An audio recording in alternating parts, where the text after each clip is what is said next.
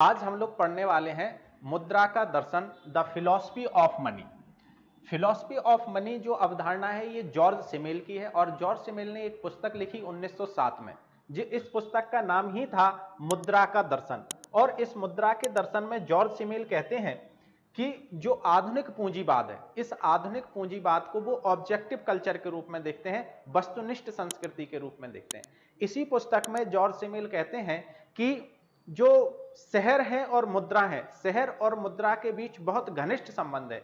मुद्रा ने शहर को गहरे रूप से प्रभावित किया है, शहर की एक नई आर्थिक दशाओं को जन्म दिया है। और अपनी इसी पुस्तक में जॉर्ज सिमेल ने यह भी कहा है कि जिस व्यक्ति के पास पैसा प्राप्त हो गया है, जिस व्यक्ति के पास पैसा आ चुका है, वो प्रभु प्रकाश को प्राप्त कर चुका है, यानी उसके पास इपिफेमी प्राप्त हो चुकी। और जिस व्यक्ति के पास, उसके पास प्रभु प्रकाश आ चुका है, प्रभु प्रकाश। और जिस व्यक्ति के पास पैसा नहीं है, उसके पास संस्कृति की त्रासदी है, द ट्रेजेडी ऑफ कल्चर की बात करते हैं। क्योंकि जॉर्ज सिमेल अपनी इसी पुस्तक में यह भी कह रहे हैं कि जो आधुनिक समाज है वो ऑब्जेक्टिव कल्चर है, यानी यहां पर हम वस्तुओं की संस्कृति, ऑब्जेक्टिव कल्चर को बढ़ावा दे रहे हैं। इसका मतलब है कि हम उपभोग की चीजों से वंचित हो जाते हैं। इसलिए अपनी इस पूरे दर्शन में, मुद्रा के दर्शन में, George Simmel philosophy of money के बारे में बताते हैं और कहते हैं कि जिस व्यक्ति के पास पैसा है उसके पास प्रभु प्रकाश है, जिसके पास पैसा नहीं है उसके पास वर्तमान समाज की जो संस्कृति है उसकी त्रासदी है।